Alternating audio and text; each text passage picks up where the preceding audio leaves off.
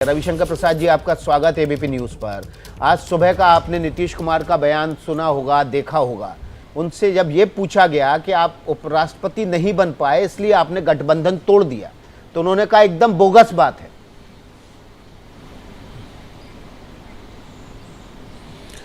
देखिए, सुशील मोदी जो हमारे मित्र बिहार के पूर्व उप मुख्यमंत्री हैं, नीतीश जी के साथ 10 साल से अधिक काम कर चुके हैं, उन्होंने कल बात कही ना, बहुत जिम्मेवारी से कही ना। हम लोग कोई गैर जिम्मेवारी से बात कहते हैं क्या? बहुत जिम्मेवारी से कही। मैंने उनकी टिप्पणी को देखे हैं, उस टिप्पणी में उनका आक्रोश अधिक था। जब कही गई बात, जिम्मेवारी के साथ कही गई बात, तो उस पर हम सभी कायम हैं। अब उस पर हमको ज़्यादा बहस नहीं कहना है। हमने देश के सामने इसको पहले नहीं लाया था, लेकिन इस समय आना जरूरी था, तो दिया गया। देखिए, आप एक बात को समझिए, ये जो पूरी देश की राजनीति है, उसमें जितना बार पाला नीतीश कुमार जी ने बदला है, उतनी बार किसी ने बदला है क्या? और ये बात मैं बहुत पीड़ा से बोलता हूं, क्योंकि नीतीश कुमार जी के साथ हम लोग के भी संबंध रहे हैं लंबे समय तक। लेकिन आज भदौरिया जी, मुझे 2-3 बातों को रिपीट करनी बहुत जरूरी है। 13 में वो छोड़ के गए थे ना कि नरेंद्र मोदी को देख नहीं सकते थे, आप भी तो फॉलो करते हैं बीजेपी को, चले गए। 14 में 2 सीट आई 40 लोकसभा में, फिर लालू जी के साथ चले गए, अच्छी बात, चले गए। 15 में जीते विधानसभा। जो मैं पूछ रहा हूं, 17 क्यों छोड़ा उन्होंने? क्योंकि भ्रष्टाचार के गंभीर आरोप थे, तो हमारे तेजस्वी जी पर, उनके परिवार पर, लालू जी पर। पटना का एक मॉल प्रकरण आपको याद होगा, पटना में, फिर आपको एक रेलवे का होटल प्रकरण रांची में, और नौकरी के बदले जमीन दो।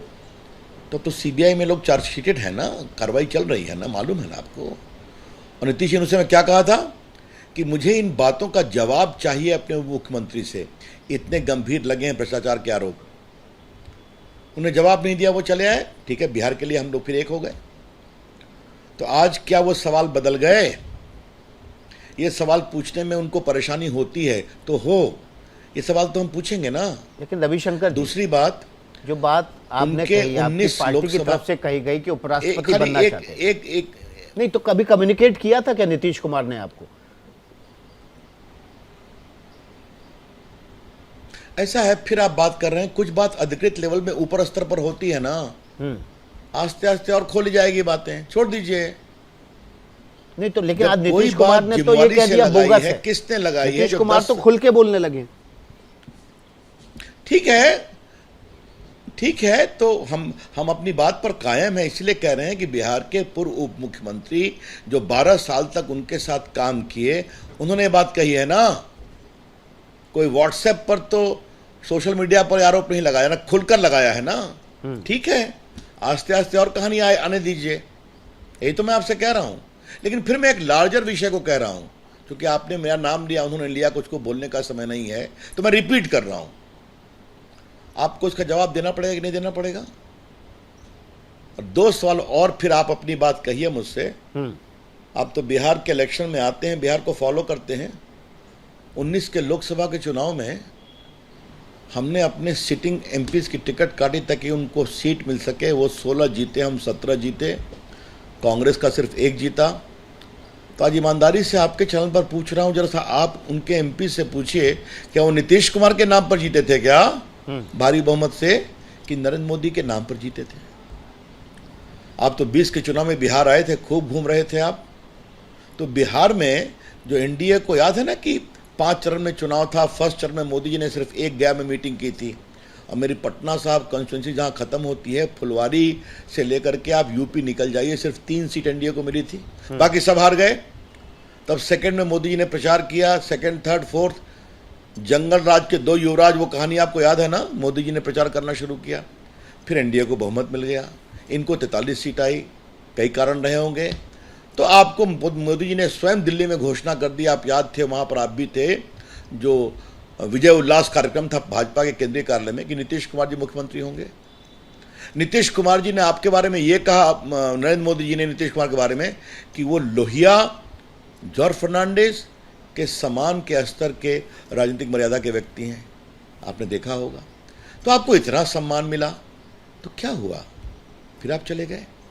तो यही तो कहानी है मेरे दोस्त, यही कहानी है। नहीं तो आप किस गोद में बैठ गए? रवि जी, बिहार तो की जो जनता वॉशिंग चाहती मशीन ना- है दाग धोने वाली, वो सिर्फ बीजेपी के पास थोड़ी है, नीतीश कुमार के पास भी है।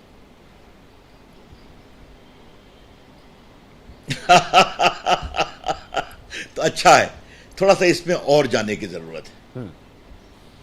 आपके दर्शकों को मैं दोबारा बता रहा हूं, एक बार संकेत किया था परसों शायद, नीतीश जी ने लालू जी का साथ छोड़ा क्यों?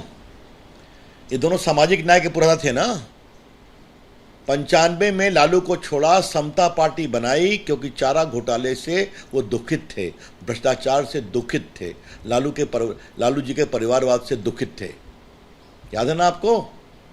और वो फिर बीजेपी के साथ आए, मुंबई के अधिवेशन में गए थे। चुनाव में 95 में उनको 7 सीट मिली, बहुत कमज़ोर हो गए थे। बाद में सहारा किसने दिया? हमने दिया, क्योंकि भ्रष्टाचार की लड़ाई में वो लड़ने के लिए आए थे। अच्छा लगा।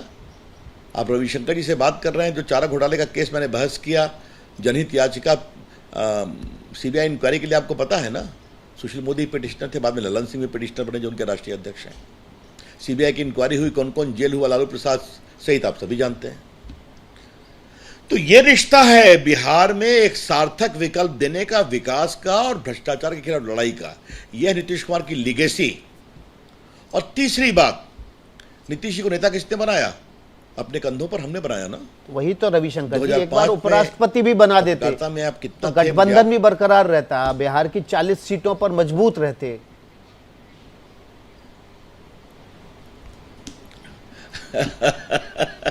अब ये भी आप कमाल की बात करते हैं साहब, गठबंधन की बात करते हैं, उपराष्ट्रपति की बात करते हैं।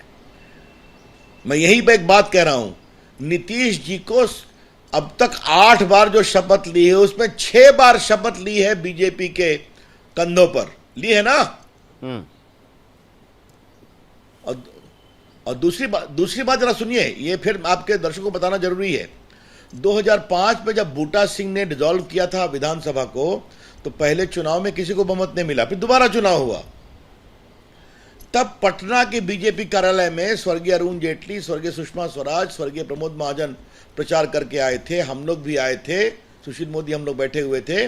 तब यह चर्चा हुई कि बिहार में एक नेता चाहिए। तब कहा अटल जी, अडवाणी जी से बात किया नेताओं ने कि नीतीश जी को बनाइए। तो नीतीश जी की समता पार्टी में उस समय जॉर्ज फर्नांडिस खिलाफ, प्रभुनाथ सिंह खिलाफ में और स्वर्गीय दिग्विजय सिंह खिलाफ में, ये सब जग जाहिर बातें हैं। लेकिन हम लोगों ने कहा अटल जी, अडवाणी जी वीटो लगाइए, वीटो लगे, अच्छा जीते, फिर जीते, तो अपने कंधों पर नीतीश जी को उन्होंने बड़ा नेता बनाया, अच्छी तो बात है। रविशंकर जी, लेकिन अगर इतनी बार वो फ्लिप फ्लॉप करेंगे, वो अटल आडवाणी की कमी खल रही है, जो फिर से कंधों पे उठा लेती है। और आज जगदीप धनखड़ की जगह नीतीश कुमार शपथ ले रहे होते राष्ट्रपति भवन में। जवाब बहुत सिंपल है। मोदी जी ने कंधों पर कम उठाया क्या? सारे अपने वो अपमान को उन्होंने इग्नोर कर दिया। याद है ना आपको क्या क्या पटना में हुआ था? नीतीश कुमार उनको प्रचार तक नहीं करने से रोकते थे, और बाद में आप देखिए उन्होंने बड़ा हृदय दिखाया, और इनको 43 सीट आई थी, फिर भी कहा कम सीट, भाजपा के लगभग डबल सीट, मुख्यमंत्री ये बनेंगे। लेकिन तो नीतीश कुमार कहते हैं कि विधानसभा में चिराग मॉडल के जरिए हरवाया गया। मोदी जी ने इतना बड़ा हृदय, बीजेपी ने अपने उम्मीदवार चिराग के देखिए सिंबल पे खड़े किए और हरवाया गया जानबूझकर, इसलिए सीटें कम आई। आज हमारे उप मुख्यमंत्री जी ने, उनके प्रेस के बाद प्रेस किया है ना, तारकिशोर जी ने, पूर्व उप मुख्यमंत्री जी ने, भाजपा की कितनी सिटिंग सीटों पर उनके उम्मीदवार खड़े किए गए, छोड़ दीजिए, वो अतीत में क्यों जा रहे हैं आप। लेकिन अगर हरवाया, एक मिनट के लिए मान लीजिए, तो आप मुख्यमंत्री क्यों बने? नहीं बनते आप। लेकिन नीतीश कुमार ने मना किया था, जब सीटें कम आई थी तो नीतीश कुमार ने मना कर दिया था, प्रधानमंत्री के आग्रह पर वो दोबारा मुख्यमंत्री बने। तो वो आग्रह आप ना कर सकते थे ना, या आप कह देते कि भाई हम बीजेपी से रिश्ता अलग करते हैं, ये भी तो कर सकते थे आप ना। देखिए श्रीमान भदौरिया जी, ये भी एक अजीब रोचक बात है बिहार की राजनीति की कि 8वीं बार मुख्यमंत्री के कुर्सी पर एक ही व्यक्ति बैठते हैं और नीचे की राजनीतिक मिट्टी बदलती जाती है। खैर, ये उनका विचार है, मुझे उस पर कुछ नहीं कहना। पीड़ा होती है अपने प्रदेश को लेकर, अपने प्रदेश के विकास को लेकर। क्या बिहार फिर उसी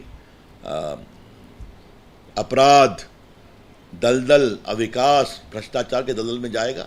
ये पीड़ा होती है। लेकिन अब तो कहा जा रहा है कि बिहार को 2024 में प्रधानमंत्री मिल जाएगा वो बिहार से, नीतीश कुमार के रूप में। अच्छा, थोड़ा मुझे इस बात का जवाब देने दीजिए। प्रधानमंत्री पद की कोई वैकेंसी नहीं है, ठीक है? अच्छा, देश ने नरेंद्र मोदी का काम देखा है, उनके विकास की बात देखिए।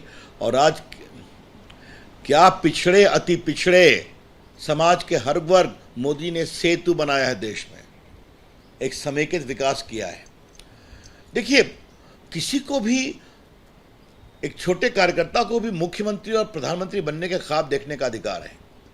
मैंने कहा कोई वैकेंसी नहीं है।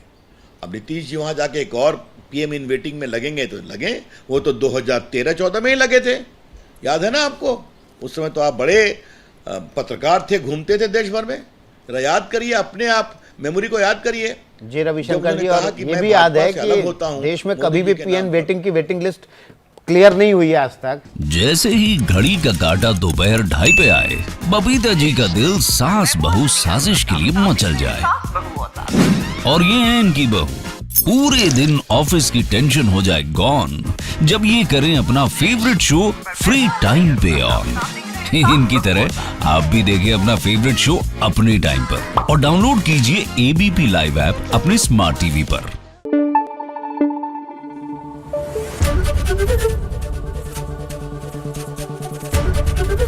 एबीपी न्यूज आपको रखे आगे।